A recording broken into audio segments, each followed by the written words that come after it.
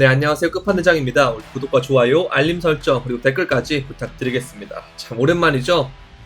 이 영상을 찍고 CBDC와 관련된 영상을 좀 만들려고 하고 있었는데 갑자기 웬 이 친구들 이후에 여기 DCG 제네시스 문제가 껴가지고 웬걸? 아니 이전에 말했던 그 저희 시나리오랑 뭔가 비껴나가는 것 같은데 해가지고 이게 큰일 났나 해가지고 이 이슈를 좀 마무리될 때까지 좀 기다렸는데 생각보다 장기화가 되는 것 같아서 FTX의 경우에는 되게 빨랐잖아요. 그래서 생각보다 장기화되는 것 같아가지고 이제 이 부분에 대해서 조금 더 다루고 앞으로 어떻게 될 것인가에 대한 저의 생각들을 또 다루려고 합니다. 이것도 영상이 좀 길어질 것 같은데요, 여러분들 구독과 좋아요 부탁드리겠습니다. 끝까지 시청 부탁드릴게요. 자, 제네시스 문제가 터졌는데 제네시스 위에는 DCG가 있고 DCG의 또 다른 자회사는 그레이스케일이 있죠. 그래서 이런 식으로 연결이 돼 있는데 코인데스크는 우리가 이번에 FTX를 터뜨렸을 때 처음 촉매제, 대차 대조표에 대한 문제를 제기했던 기업이기 때문에 얘네가 어떻게 보면 관계가 있고 큰 그림을 그리고 있는 거다라고 생각을 했는데 돌아가는 상황을 보니까 굉장히 DCG가 당한다고? 이런 생각이 들었단 말이죠. 그래서 조금 더 지켜보긴 했는데 상황을 한번 살펴보자면 디지털 커런시 그룹이 제네시스 글로벌 캐피털에 5.75억을 빚졌다. 손실을 315 캐피탈 관련 손실을 떠안는 과정에서 발생을 했고 이게 혹독할 수 있지만 DCG에 서로 이렇게 대출해주고 하는 그런 상황이다라고 되어 있는데요. 실제로 제네시스는 3개월 동안 FTX하고 알라메다부터 10억 달러 상당의 FTT를 받았는데 근데 문제가 뭐냐면 시세가 너무 급박하게 떨어져가지고 이게 쌤이 레버리지를 엄청나게 안 꼈으면 FTT를 뭐 몇 달러에 맞겠다 받아주겠다 이런 말만 안 했으면 시세가 급박하게 떨어지지 않았을 텐데 이제 그런 게 너무 빨리 진행되다 보니까 문제가 됐던 거거든요. 그러니까 이거를 이들이 현금화를 하고 뭘 할 시간도 없이 폭락을 해버렸단 말이죠. 그래서 이게 문제가 발생을 한 건데 이게 일시적인 문제냐 아니면 정말 파산까지 갈 문제냐는 조금 더 지켜봐야겠지만 아무래도 이런 부분들 좀 더 살펴보게 된다면 좀 회생할 부분들이 있지 않겠느냐라는 생각이 들고요.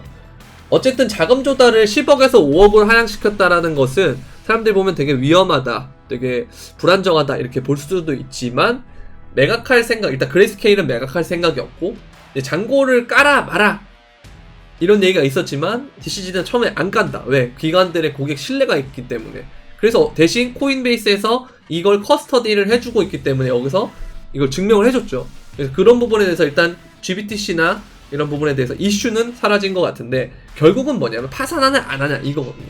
돈이 있냐 없냐, 자금 조달할 수 있냐 없냐 이거거든요.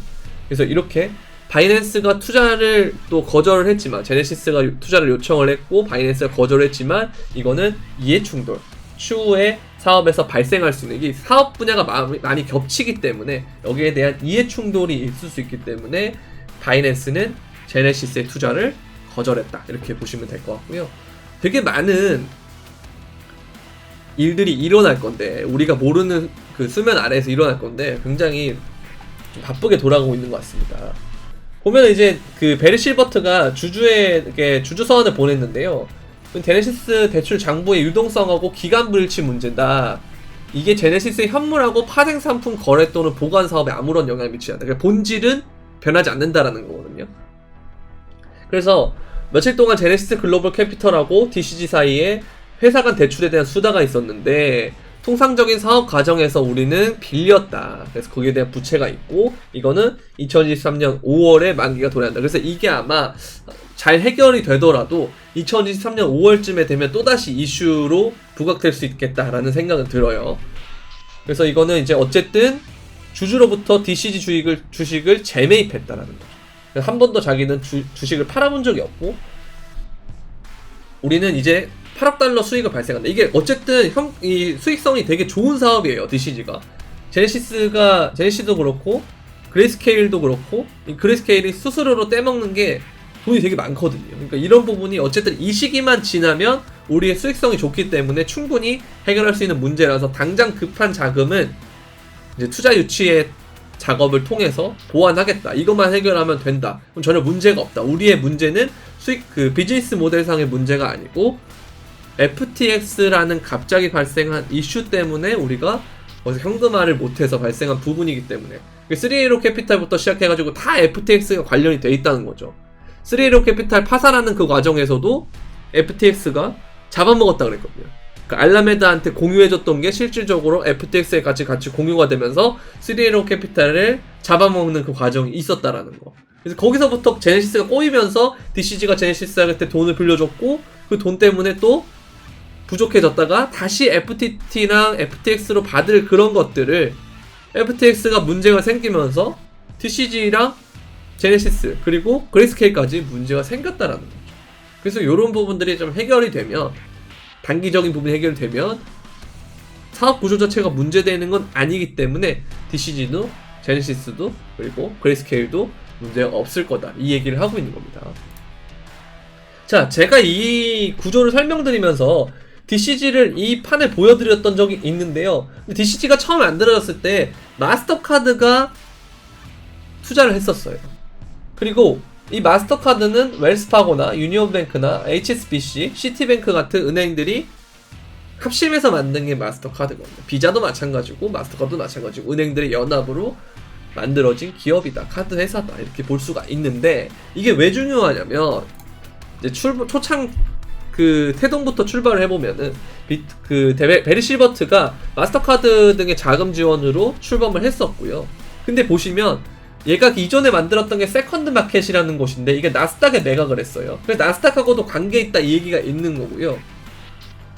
그리고 나스닥 회장을 했던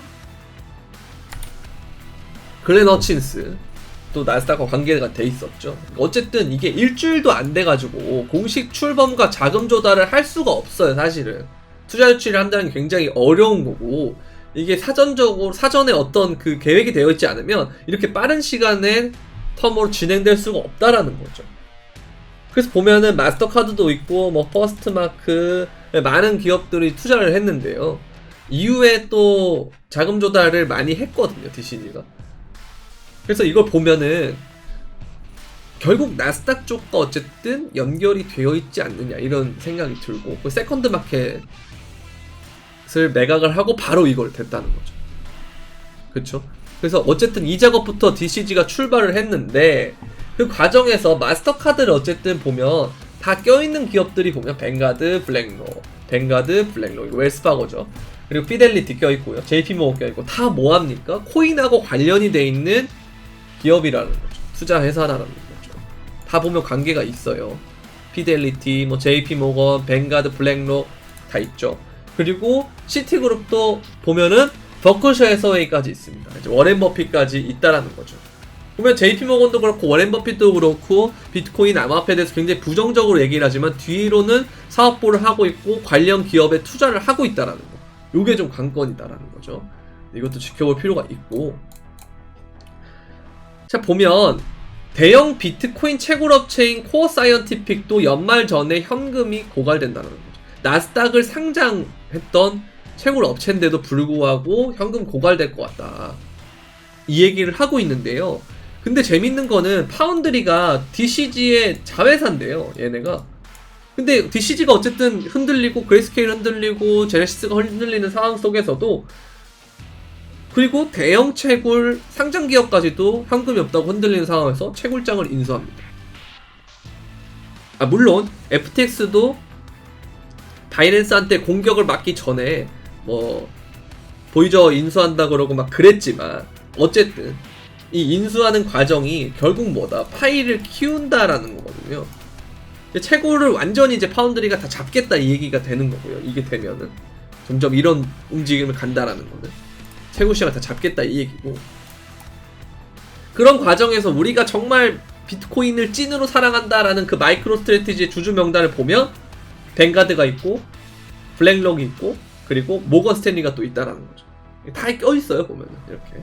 자, 그럼 JP모건의 스탠스를 한번 보자 이거예요. JP모건은 지금 이런 시점에서 뭔 얘기를 하냐, 11월 21일자로 기사가 나온 게 JP모건이 암호화폐 지갑에 대한 상표를 출원한다 이겁니다. 하겠다는 거예요. 앞으로 이 산업 하겠다는 겁니다. 뒤에서는 어떻게 말합니까? 탈중앙화된 폰지 사기다. 2017년에도 폰지 사기라 그랬고 입장을 바꿔가지고 후회한다. 그때 내가 2017년에 했던 거 후회한다 그랬는데 다시 뭐다? 또 바꿔서 암호화폐는 탈중앙화된 폰지상이다 이 얘기를 하는 거거든요. 그러면 JP모건이 어떤 행보를 걷고 있는지 한번 보자면요. JP모건이 블록체인 연구 확대 위해서 그리스 연구소를 개설했고요. 최근 사태는 또 갑자기 긍정적인 발언을 해요. 탈중앙화 프로토콜과 무관하다. 자, 이 발언을 추후에 누가 할 거냐면 이따 보여드릴 건데 비탈릭이 이 얘기를 또 합니다. 스탠스가 비슷해요 지금. FTX 파산은 암호화폐 생태계에 긍정적이다. 왜? 이보 전진을 위한 일보 호텔. 그러면서 무슨 얘기합니까? 규제 프레임워크 마련을 한다. 그쵸? 기존 금융권에 더 가까워질 거다. 결국 이 사태로 인해서 가장 이득을 보는 쪽이 뭐다? 제도권 세력이다라는 거죠. 제가 그 얘기를 했죠. 저번 영상에서 말씀드렸던 거. 어떤 사건이 일어났을 때 범인은 그 사건을 통해서 가장 이득을 보는 쪽의 가능성이 높다. 이거는 이제 영화 대부에서 나왔던 명대사인데요. 전 정말 이거는 진짜 인생을 두고두고 살면서, 제가 뭐 그렇게 많이 산 인생은 아니지만 꼭 갖고 있어야 되는 명언이다라고 생각합니다. 그래서 이런 부분으로 해석을 할 수도 있다라고 보여지고요.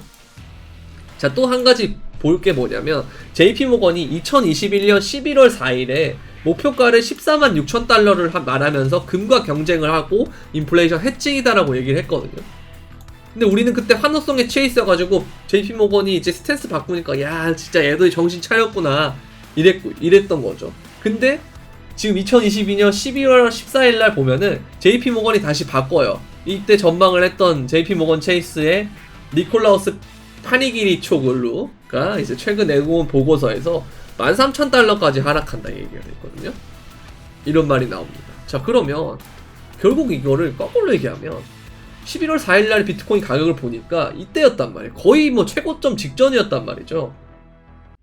근데 지금 이때 14만 6천 달러를 가지 않았고 얼마 지나지 않아서 폭락을 했어요. 거의 뭐 5, 6일 정도 있다가 최고점을 찍고 폭락을 했단 말이에요. 그쵸? 근데 지금 보면 이 시점에서 얘기한 게 11월 10일자에 얘기한 게 거의 지금 뭐다? 마진콜 폭포로 13,000 저점 테스트 가능성이 있다. 이 거꾸로 생각해 볼 수도 있지 않나요? 자, 그래서 한번 차트를 봤어요, 제가. 보면 우리가 부처빔 때 나왔던 이 엔딩 다이고날이라는 형태의 패턴, 가격의 고점은 낮춰지고 저점은 낮아지다가 하나의 점으로 수렴으로 모이는 이 패턴을 엔딩 다이고날 패턴이라고 그러는데, 이거는 보통 마지막 파동에서 나오는 가능성이 높아요. 그러니까 조종에서도 마지막 파동, 상승에서도 상승 마지막 파동에 보통 나오는 가능성이 높은데, 이것도 이런 식으로 나오듯이요. 이 엔딩 다이고날을 하락세기 형태로 나올 수도 있고 상승세기 형태로도 나올 수 있는데, 지금 이 과정에서 현재 구간에서 보면 이러한 엔딩 다이고날 패턴을 만들어주고 있다는 겁니다. 그래서 제가 이쪽 부분에서 롱을 잡았는데요. 그렇게 된다면 이 상단까지도 노려볼 수 있다라는 말이 되긴 하거든요. 그래서 이 과정이 어떻게 진행될지는 모르겠지만 움직임을 좀 살펴봐야 될 것 같고, 이게 만약에 하단으로 뚫리게 된다면 그때는 JP모건이 말했던 대로 13,000이나 아니면 14,000까지도 바라볼 수가 있겠죠. 근데 거기가 오지 않는다면, 이게 깨지지 않는다면 이 가능성을 어쨌든 염두에 둬야 된다. 왜냐? 이전에 JP모건이 말했던 그 시점, 상승한다 했던 그 시점이 결국 어떤 거였다? 사이클의 거의 최고점에서 이 얘기가 나왔다라는 거. 그리고 사이클의 최저점에서 이 얘기가 나올 수도 있다라는 거죠. 13,000까지 간다라는 그 얘기를 사이클의 최저점에서 할 수도 있다라는 거죠. 그래서 이 과정 한번 지켜보시면 좋을 것 같고요. 자, 그리고 10,000 이더리움 이상 보유한 고래가 전날에 94만 7,940개의 이더리움 매집합니다. 이게 어쨌든 손바뀜이 일어나고 있다는 얘기거든요. 이더리움이 최근 하락세가 큰데 거기에 대해서 어쨌든 받아먹는 세력이 있다는 거예요. 이들이 받아먹고 있다는 거예요. 이더리움 많이 갖고 있는 사람들이 받아먹고 있다. 그 얘기를 하는 거고요. 그리고 그 과정에서 아크 인베스트먼트가 GBTC를 또 17만 주를 매집을 합니다. 근데 이 할인율이 재밌는 게 줄었어요. 원래 50%대까지 갔다가, 그쵸? 이게 다시 줄었다는 거. 그러면 아크 인베스트먼트는 이때 샀으면 이만큼 갭만큼 이익을 본 거예요. 그쵸? 그래서 이 부분을 어쨌든 지켜볼 필요가 있다는 거. 그리고 DCG에 투자했던 싱가포르 국부펀드도 단기 변동성은 높을 거로 예상하지만 블록체인, 장기적으로 우리는 블록체인과 비즈니스 모델 개발에 집중할 것 같다. 결국 DCG는 우리가 봤을 때 단기적으로는 좀 변동성이 있을 것 같지만 망하지 않을 것 같다. 이 얘기를 하고 있는 거로 하고 있는 걸로 볼 수가 있습니다. 자, 캐시우드는 2030년까지 100만 달러 돌파할 거다 예측되는데요. 뭐 이거는 가격적인 부분보다도 뭘 봐야 되냐면 달러를 기축통화로 사용하지 않는 국가는 매우 중요한 보험이나 마찬가지다 얘기를 할 수 있거든요. 최근에 강달러 현상. 그러면서 연준에서 이번에 금리 인상의 속도를 조절해야 된다라는 발언이 나왔잖아요. 그 과정 다음에는 이제 피봇이 일어날 가능성이 높은데 연준이 그런 피봇이 일어나게 되면 주가가 상승했느냐 이 얘기를 한번 볼 필요가 있어요. 과거 차트를 통해서. 근데 연준의 피봇이 일어나는 시점에서 이 주가를 보게 되면요 오히려 떨어졌거든요. 왜? 피봇이 일어나기 위해서는 경기가 안 좋아서 금리 인상을 못 버텨서 피봇이 일어나는 건데 그럼 그 경기가 못 버티는 그 상황 속에서 금리를 당장 내린다고 한들 바뀌지가 않는다는 거죠. 그럼 그게 뭐다? 기업의 주가에 반영이 돼가지고 경기 침체라는 게 오게 되는데 경기 침체가 오게 되면 뭐다? 기업들이 하락을 했더라는 거죠. 다 보면은 주가가 이때 빼고는 다 뭐다? 하락이 있었다라는 거죠. 이렇게. 그래서 이번에도 피봇이 있을 때도 뭐다? 하락이 올 수가 있다는 거예요. 그래서 그 과정을 여러분들이 보셔야 되는 것 같고요. 그럼 주가가 어쨌든 하락을 하게 되면 그럼 그때 코인이 같이 하락을 하느냐 아니면 반대로 될 수가 있느냐 이걸 봐야 되는데 그러려면 일단 코인은 사이클을 본인만의 사이클을 가야 돼요. 그렇죠? 그럼 상관관계가 주식과 높지 않아야 되겠죠. 그 FTX 붕괴 후에 S&P 500과 비트코인의 상관관계가 중립이다. 동조화가 없어졌다라고 그랬죠. 그리고 비트코인과 금액과의 상관계수가 높아야 인플레이션, 해칭 이 경기 침체가 왔을 때 올라갈 수 있는 원동력이 될 수가 있는 건데 사상 최고치에 근접을 했고 그리고 6년치 데이터 결과 암호화폐와 증시가 연관성이 없었다. 근데 이게 코로나빔 이후에 증시랑 동조화가 됐던 거예요. 돈을 많이 찍어내면서. 그래서 이게 어쨌든 다시 동조화가 사라지고 있는 현상이 되기 때문에 차후에 긍정적으로 작용할 수 있지 않을까. 피봇이 오면. 그래서 이 부분도 한번 체크를 해볼 필요가 있지 않나라는 생각이 들고요. 자, 사실 메인 이벤트는 이거예요. 누가 이 사태를 했느냐? 누가 이걸 디자인했느냐? 근데 재밌는 거. 미국의 전통 기업들이 암호화폐 거래소 EDXM을 출범을 하는데요. 이게 이제 9월달에 나왔어요. 9월달에. 근데 얘네가 이제 11월에 현물 거래 일부 지원을 하고요. 그다음 1월에 정식 출범을 합니다. 1월에 내년 1월에요. 자, 근데 여기 보면 누가 있냐면 찰스 스왑, 시타델, 피델리티 또 피델리티 또 꼈죠. 시타델은 옛날에 블랙록과 시타델이 뭐 했다? 루나 공격했다라는 얘기가 있었죠. 재민이랑 같이. 그 시타델입니다. 그리고 얘네가 보면 또 핵심이 뭐냐면 멤버스 증권거래소에 입증된 기술, 전통 금융시장에서부터 얻은 경험, 유동성을 통한 다양성을 결합했다. 그죠? 기술을 얘네 걸 쓰겠다라는 거예요. 근데 이 MEMX는 멤버스 증권거래소는 뱅크 오브 아메리카, 찰스 스왑, 시타델 또 껴있죠. 모건 스탠리 또 합작해서 만들었다. 이들만 있는 게 아니에요. 이들만 있는 게 아니고 또 여기에 이제 디지털 기존 세력이 누가 있냐? 패러다임, 세콰이아 이런 애들도 꼈고요. 여기 보면 내년 1월 정식 출시하고 11월부터는 일부 암호화폐 현물 거래를 시작할 예정이다 라고 돼 있는데 이 MEMX에 누가 있느냐? 다 껴있습니다. 블랙록, 찰스 스왑, 뱅크 오브 아메리카, 시타델, 시티은행, 피델리티, 골드만삭스. 골드만삭스는 또 어디 껴있냐면 얘가 이제 서클이 제가 말씀드렸던 USDC 있죠? 이 서클이 골드만삭스의 자회사입니다. 근데 거기에 투자를 DCG가 한 거예요. 그리고 코인베이스는 짝짝꿍 하고 있죠. 그 얘네들은 어떤 거래소를 원래 했었다? 서클이 폴로닉스를 인수했는데 그걸 다시 누가 인수했다? 저스틴 선이 인수했다. 요즘 저스틴 선 굉장히 활발하잖아. 그쵸? 보면 JP 모건도 껴있고 모건 스탠리 있고 웰스파고 있고 다 껴있죠. 그쵸? 얘네가 뭔가 심상치가 않다라는 거. 자, 근데 얘네는 뭘 하고 있다? EDXM이 고객 자산 수탁을 어디에 맡길 거다? 팍소스에 맡길 거야. 팍소스의 고객사를 보면요, 뱅크 오브 아메리카 있고 마스터카드 있고요, 페이팔 있고요, 바이낸스 있습니다. 바이낸스. 그래서 짱펑짜오가 됐구나 라고 의심할 수 있는데 이건 고객사잖아 라고 할 수 있죠. 그러나 팍소스에서 뭘 만드냐면 BUSD를 팍소스에서 발행을 합니다. 이해되십니까? 이 과정을 통해서 바이낸스는 성장을 했어요. 그쵸? 이득을 얻고 있죠. 근데 이거 묘하게 이 논리로 작용하는 것 같다라는 생각을 좀 해봤거든요. 제가 뭐다? 정반합. 뭐다? 정반.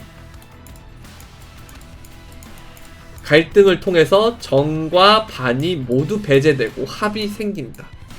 자, 이게 어디서 우리가 나타났던 거였냐면요, 미국과 중국의 갈등. 중국이 엄청나게 성장을 하니까 미국, 정에 해당하는 미국이 결국 중국을 때려가지고 지금 굴복을 시키는 형태잖아요. 강달러로. 이게 또 어디서 나왔냐? 우리가 파운드리 USA에서도 나왔죠. 중국을 최고를 막 키워놓고 헝다빔 이후에 5월 하락 이후에 파운드리 USA 미국으로 다 이전을 시켜가지고 얘네를 또 최고를 만들어가지고 점유율을 지금 점점 키워나가고 있다는 거예요. 그리고 아까 말씀드렸던 채굴에서 또 인수하고 그렇죠. 파운드리가.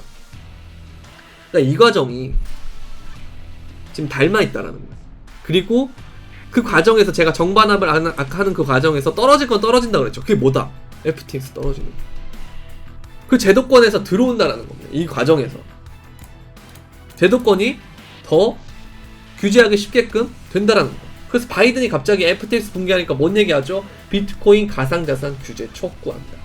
그러면서 G20 정상들은 규제를 위해서 포괄적인 프레임워크를 수립하기 위해서 동일활동, 동일위험, 동일규제, 전통금융과 동일한 엄격한 규칙, 그러면서 법정 화폐 스테이블 코인을 포함한 가상자산 생태계 면밀히 모니터링 되고 강력한 규제 및 감독을 받는다. 이 감독을 그럼 누가 할 건데? 라고 했을 때 미국이 핸들링을 할 거다, 이 얘기거든요. 결국 이 큰 틀에서 하려고 하는 거예요. 그리고 이 과정에 우리가 또 예전에 봐왔고 지금도 행하고 있는 게 뭡니까? 인프라법을 통해서, 인플레이션 감축법을 통해서 피해를 확대한다. 공급망 확보하고 투자 지원 절실하다. 피해, 공급망 다 뺏긴다. 유럽 공급망 다 뺏기고 있다는 거죠. 그래서 반도체 기업들, 그리고 현대자동차도 그렇고 많은 기업들이 어딜 갑니까? 지금 미국에 공장을 신설하고 있다는 거죠. 미국에 일자리를 만들어줘요. 왜? 앞으로 우리 강달러를 이용해서 이렇게 안 하면 우리 쪽 공장 안 만들면 너네 힘들게 할 거야. 그게 뭡니까? 인플레이션 강축법, 인프라 얘기를 하고 있죠. 제가 그러면서 그 말씀을 드린 적이 있어요. 뭔 얘기를 해드렸냐? 결국 우리가 봤을 때, 그쵸? 아니, 달러가 강한다 라는 건 환율에 있어서 우위를 점하면 해외 투자하기 편하다고 그랬죠. 뭐다? 우리가 터키가 리라와 폭락할 때 터키에 부동산 사야 되나 말아야 되나 했던 이유도 다 그런 거였잖아요. 자, 그걸 반대로 얘기하면 외부 투자를 하기가 용이하다는 건데, 이 강달러를 이용해서 금리 인상을 이용해서 미국이 본인들이 조금 더 좀 버틸 수 있는 힘이 있으니까 해외를 다 무너뜨린 다음에 뭐 합니까? 핵심을 투자 공장들은 본인 국가 자국에다 유출시키고 미국에다 유출시키고, 또 외부 투자 누가 합니까? 버핏이 TSMC를 5조 원어치 매입합니다. 그렇게 되는 거예요. 그리고 제가 아까 전에 이 과정이 되게 유사하다 그랬죠. 그러면서 제가 JP모건의 발언과 비탈릭이 되게 닮았다 그러는데, 이제 탈중앙화 플레이어라는 애들도 다 중앙화로 간다 그랬잖아요. 저번 영상에서도 말씀드렸고, 기술이 문제가 아니고 사람이 문제다. 블록체인 암호화폐 별개 기술은 아니다. 그렇기 때문에 이들이 이면에서 JP모건도 암호화폐는 스캠이라 그러지만 뒤에서 지갑 상표 출원하고 그다음 본인들 또 사업을 확장을 하고 있단 말이죠. 그럼 그 과정에서 결국 뭐는 주목이 될 수밖에 없다. 암호화폐 별개 기술이 아니기 때문에 암호화폐도 결국 뭐다? 주목받을 수밖에 없다라는 거죠.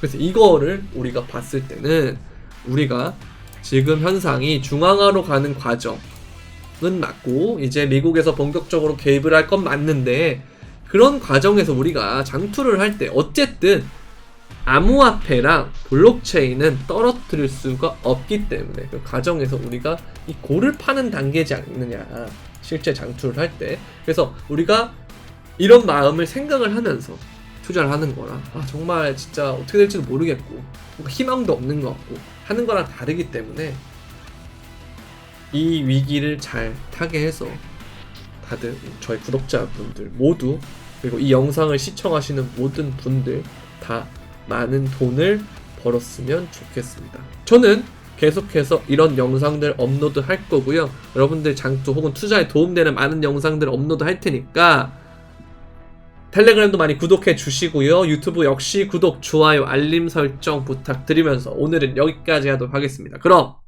안녕.